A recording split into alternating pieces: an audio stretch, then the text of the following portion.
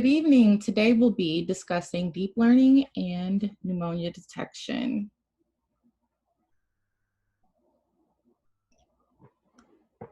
So the scope and background of this project is that I was tasked to build a model that can classify whether a given patient has pneumonia via a chest X-ray image.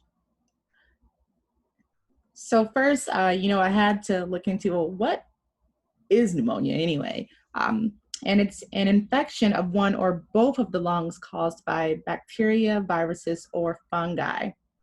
And there are two primary types of pneumonia, as you can see here, bacterial and viral. Viral pneumonia is caused by various viruses, including influenza, and is responsible for about 1/3 of all pneumonia cases. And bacterial pneumonia, as you may have guessed, is caused by various bacteria. It occurs when the body is weakened by illness, poor nutrition, old age, or impaired immunity. This data set was taken from the Guangzhou Women and Children's Center in Guangzhou, China, on pediatric patients ranging from 1 to 5 years old. And these x-rays were performed as a part of the patient's routine clinical care. So the overall performance of the model needs some work. In the original data set, it was very highly imbalanced. So there were about 1,300 normal scans provided in nearly 3,900 pneumonia scans.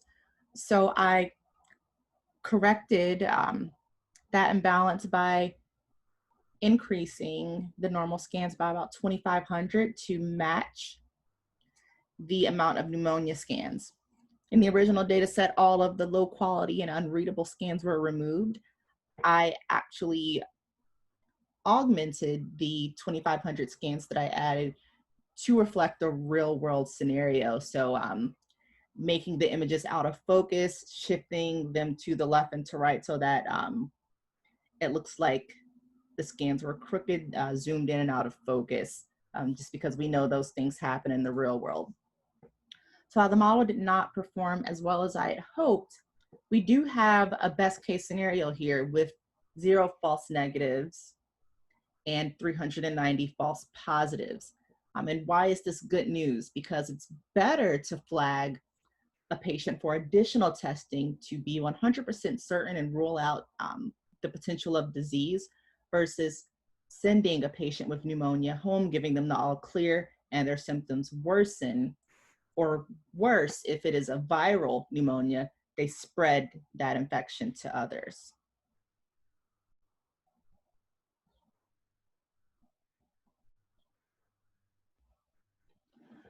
So why are x-rays used for detection, and what are the pros and cons that come with that? So on the upside, x-rays are a fast way to view internal organs and air-filled parts. They're inexpensive for medical professionals, and there is a fast turnaround time on results. On the flip side, the images can be difficult to decipher. With some of those out of focus images that I presented, which could be due to machine error or human error in a real world scenario, the images can be difficult to decipher. You also can't detect the type of bacteria or the source just by looking at an x-ray alone, and it could be costly for patients. On average, the cost of an x-ray in the US for a person with health insurance ranges from $0 to $50. While if you do not have health insurance, then you could be looking to pay upwards of $200 to $400. And these prices do vary per state. So as I stated before, the x-rays that were taken in Guangzhou were a part of routine clinical care. So I definitely wanted to, it got me thinking, well, what will it take to adopt that protocol here in the United States, and why isn't it being done already, being that pneumonia is one of the top 10 causes of death as recognized by the World Health Organization. So I started going down a rabbit hole to see what other diseases can be detected via chest x-ray, and lo and behold, COVID-19 came up. COVID-19 is a pneumonia, actually is a long-term effect of COVID-19 because it causes that permanent damage in both of the lungs, actually.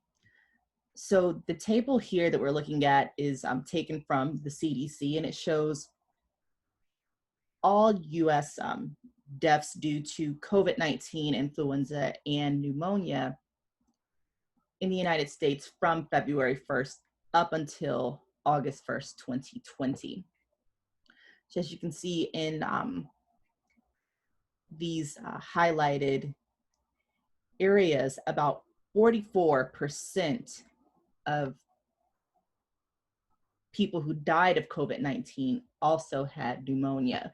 So currently the way to test for COVID-19, as we all know, is through a viral test. So taking a nose swab, and it takes about 2 to 3 days to get back to you, because often those samples have to be sent to another lab to do testing.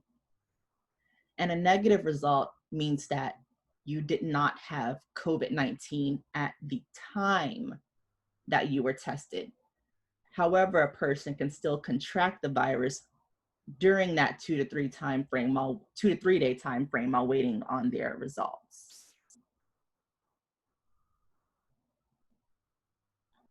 So after literally looking at thousands upon thousands of X-ray images, my eyes definitely started to cross. So if you didn't already notice from looking at the first image of chest X-rays, it can be kind of difficult to tell between a normal chest X-ray and a viral pneumonia X-ray. That opaqueness can be pretty fine, and it takes a very well-trained eye.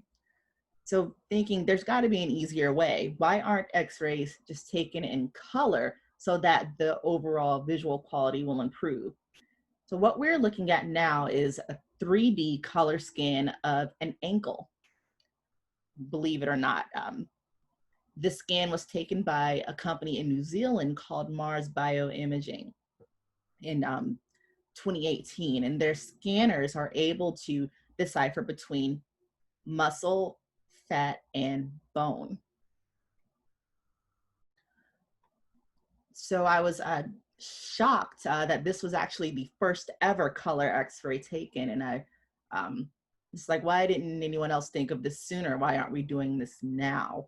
What will it take to get this this methodology, this research equipment adopted by medical facilities worldwide? Because I believe it could do a great deal of good and increase the accuracy of diagnosis that much more.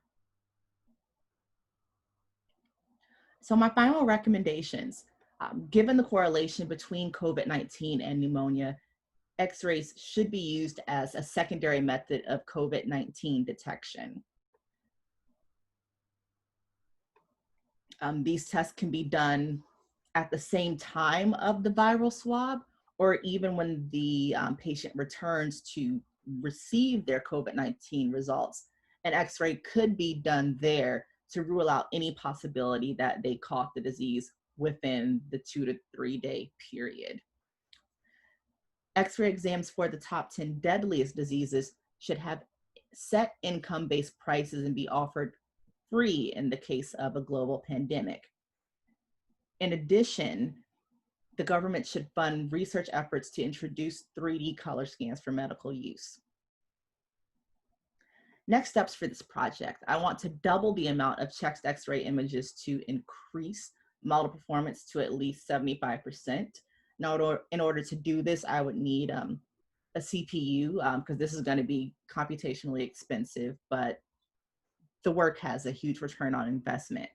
I'd also like to train on larger images, preferably 150 by 150, so that the layers of the model can capture all the features of the photo. I want to test converting images to color and training those images and comparing the performance accuracies and loss on the to the grayscale black and white images. I want to compare the chest x-rays of a patient with COVID-19 versus pneumonia.